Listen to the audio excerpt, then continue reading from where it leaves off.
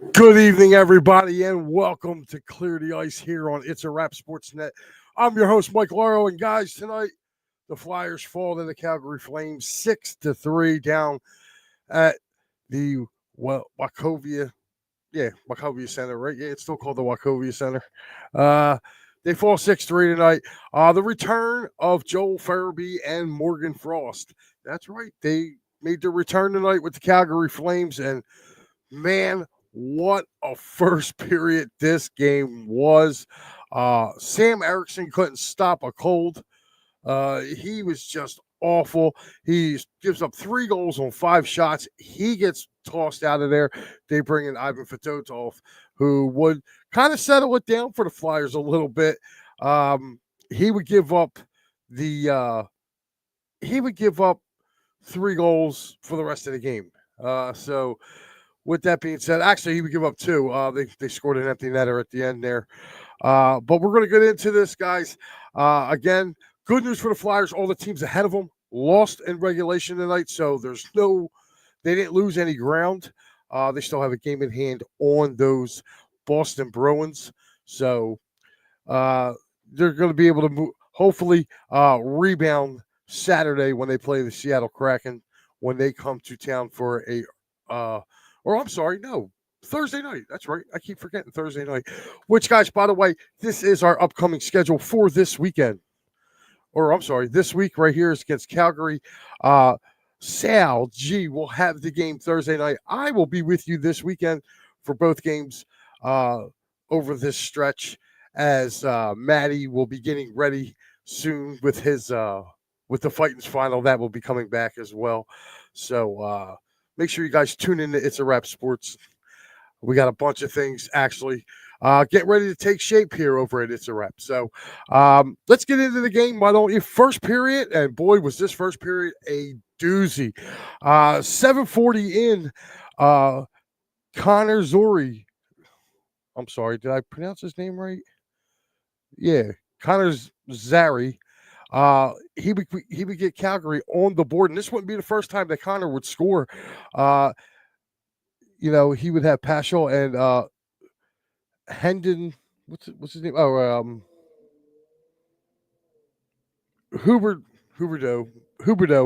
Remember that name too, because that guy also had a good night. Huberto on the assist. It would give them a 1-0 lead. Literally 33 seconds later, Nazim Kaderi would score his 22nd of the year, with Haley being the lone assistment on that one.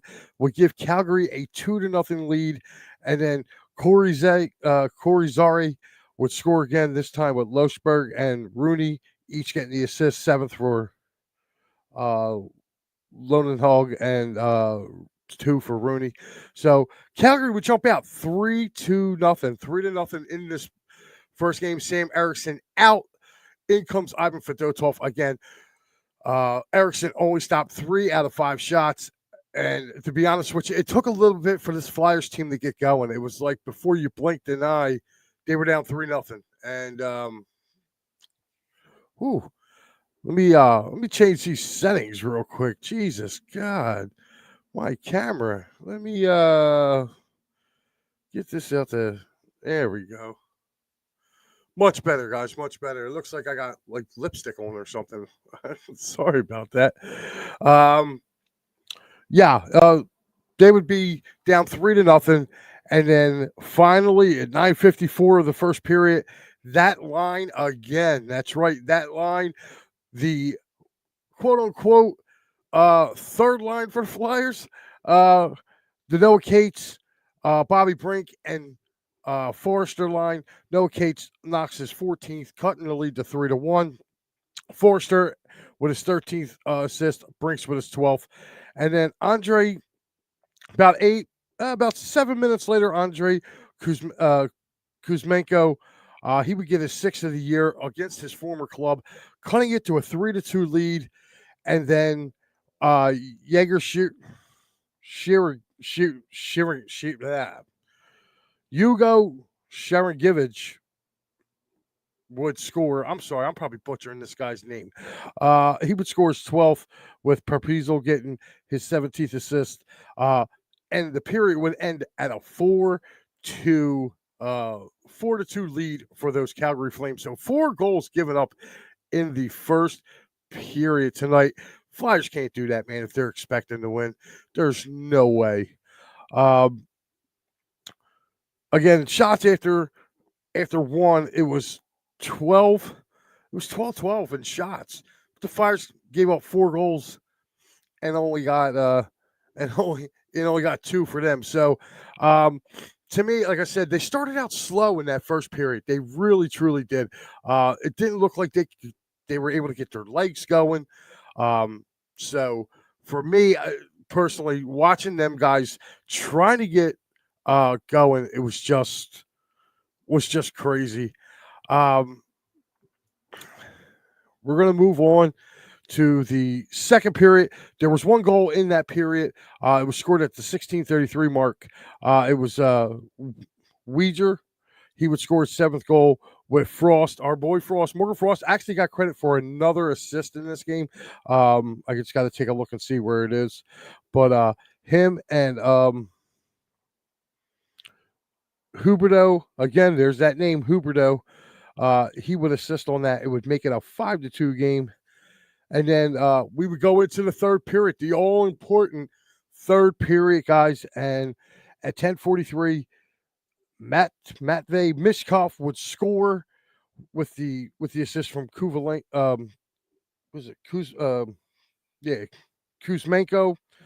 and Travis Sanheim. They would cut the lead to 5-3, and then ultimately, with just about a minute left to go in the game, Matt Coronado scores his 17th goal. Huberdeau with his 3rd assist, and Weeger with his assist as well.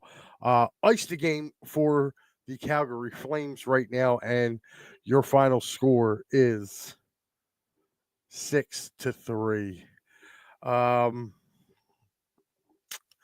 So, guys, make sure you guys be. I'm going to take you over to the turn.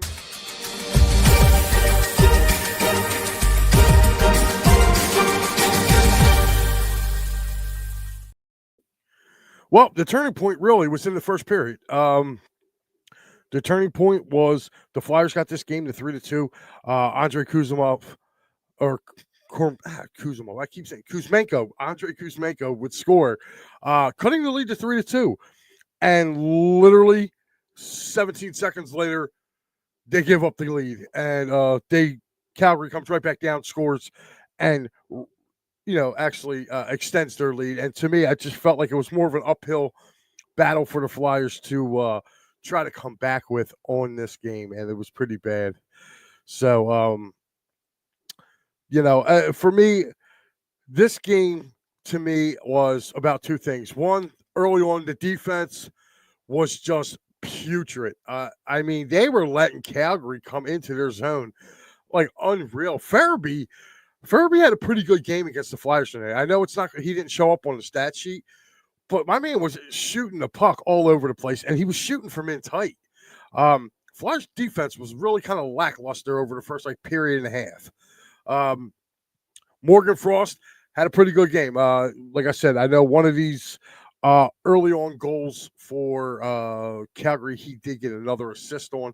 So he had 2 points for the game. He had 2 assists in his return. And kudos to the Flyers, too, also for giving those guys a little video tribute. They were homegrown guys that, they had to move. So with that being said, man, again, 6-3 finals for this game. Shots on goal. Calgary with 33 shots on net. Philly with 27.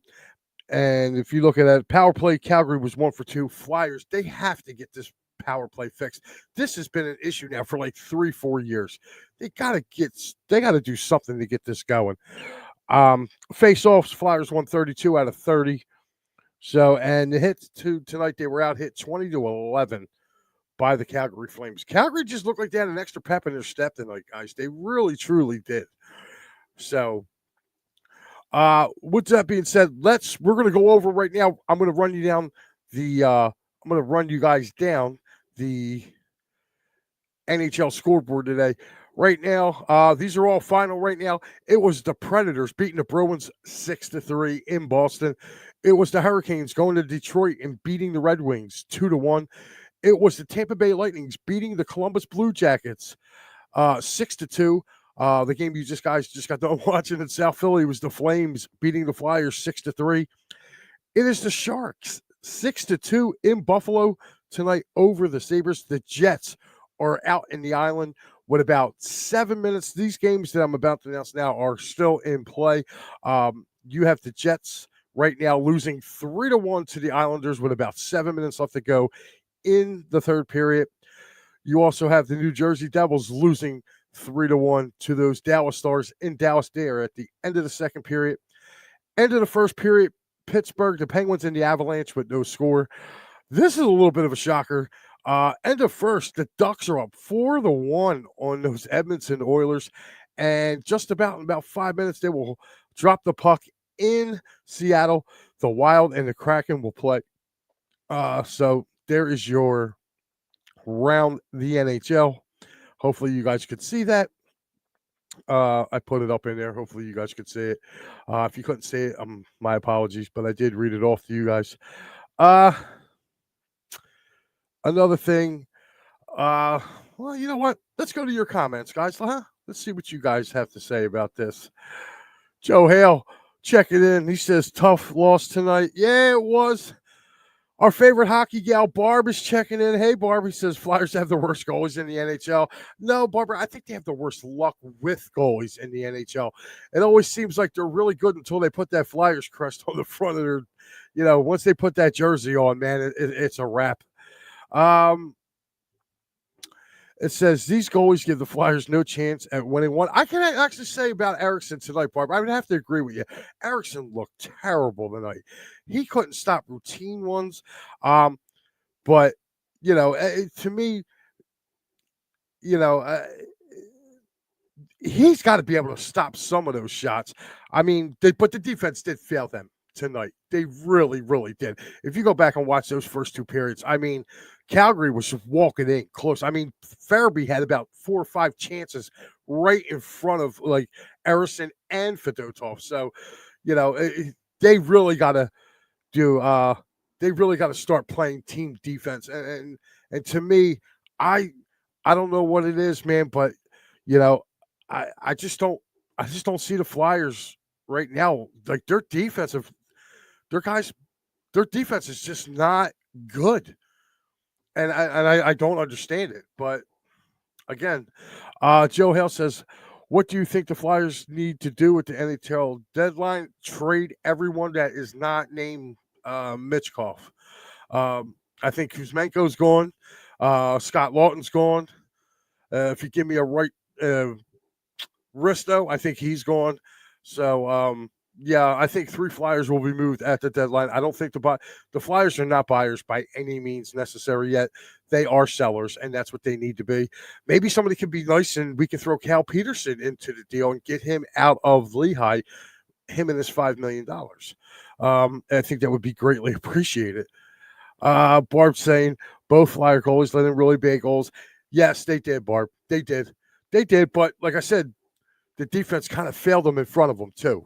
You can't allow these guys to have second and third opportunities to come in and just whack away at the puck. And for the first period and a half, like Flyers got some juice, but they were down 3-0 by the time they got going. I don't care who you are. She goes, hey, Mike, the goalies need to make routine saves. It's not all in the defense. Yes, it's true, but I think it's a little more with the defense too with this, Barb. I think the defense with this, yeah, you got to blame the defense because the defense was letting these guys come in and getting these second chances. And I'll tell you what, Fedotov made a couple really good saves. So did Erickson. The one save he did have was pretty good. He was kind of surrounded. So I'm not a big fan of Fedotov's game. I think he's too tall. He doesn't play the net. He looks big and oaky, and I just don't think his style is going to translate well to the NHL game. Erickson is what he is. Like, he's probably a backup at best. And right now he's in this situation because of the Carter Hart situation. The Flyers are literally sitting there with a goalie that can't come to the United States until this trial goes down.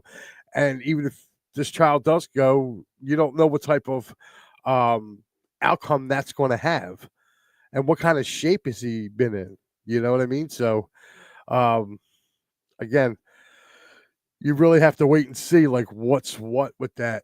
But uh for me, honestly, I really do. I would. I think me and Matty B kind of feel the same way. I think Sal feels the same way. Like this Flyers team, I think needs to be sellers at this point. There's certain contracts you got to get off this team.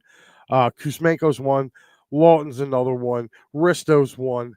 I mean, if they can move all three of those guys, that would be great. It would shore up a lot of cap space. And like I said, make Cal Peterson a throw-in one of these trades and get his $5 million off that guy's making $5 million. He's playing up in Allentown. He can't even make the roster. So, I mean, what's that saying right now? So the Flyers need to open up some more cap space to help them, I think, alleviate some of this pressure of some of these big contracts to move forward and maybe give Danny Briere and Keith Jones a chance to definitely go and build this team up right. I did see something here with the standings. I wanted to check something out with the Eastern Conference. Give me 1 second, guys.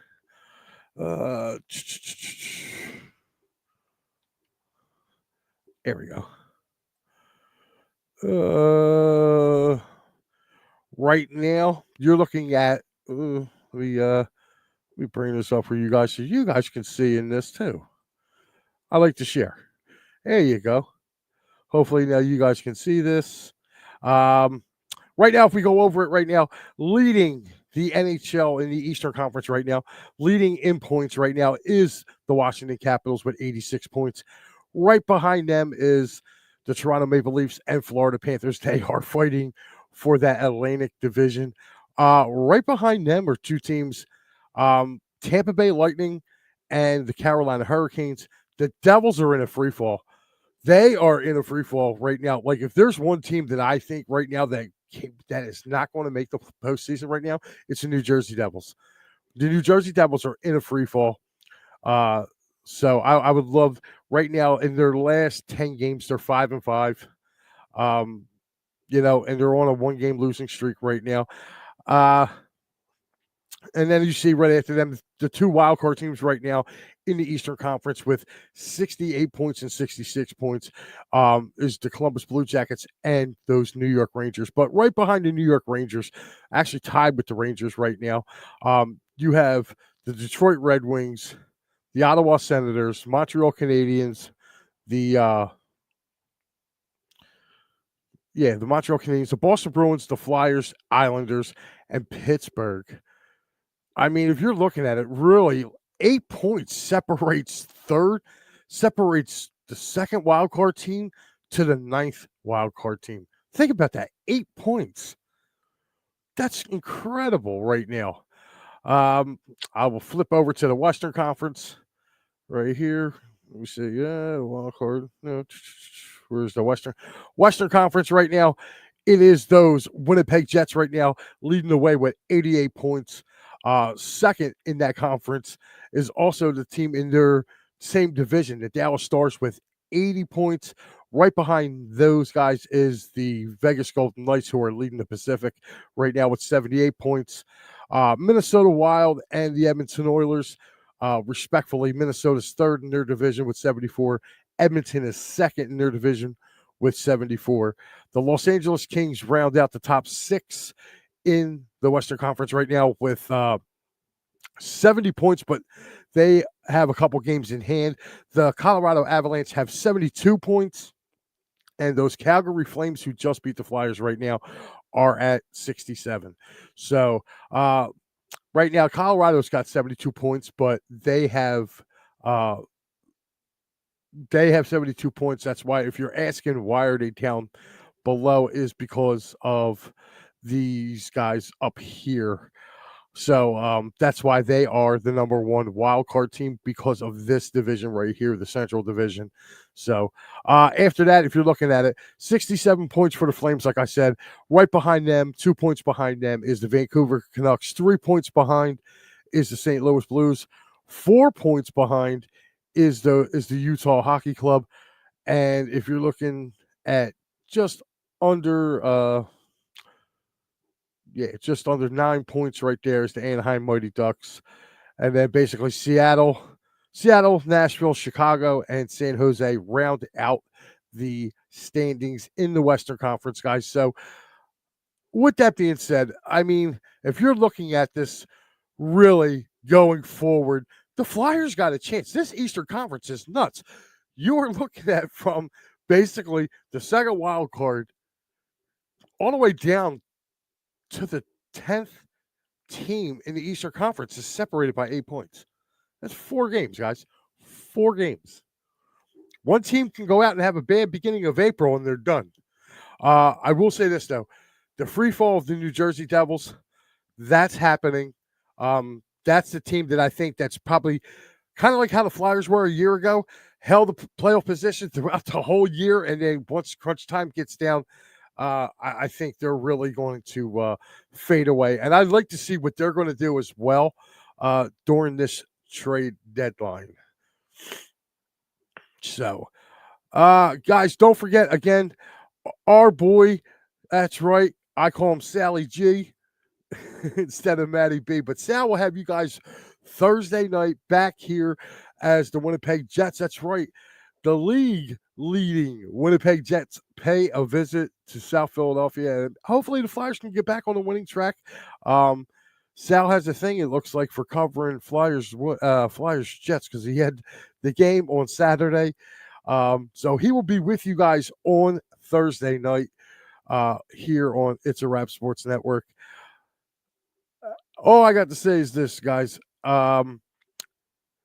This was a 6-3 loss tonight. Defense and goaltending did the Flyers in, and their offensive slow start. The Flyers were still in the locker room while this buzzer juggernaut of a team, the Calgary Flames, came in here and just really kind of took the Flyers to the woodshed over the first period and a half. I mean, the Flyers, like I said, were down 3-0 before they could muster up any type of offense. Again, 0 for 4 on a power play. This power play has to get better. You can't keep going with all these offers. I mean, the Flyers get the man advantage, and it's like they do nothing with it. So hopefully within the future, meaning, next year, because I don't see them trying to – it's too late to fix anything now with this.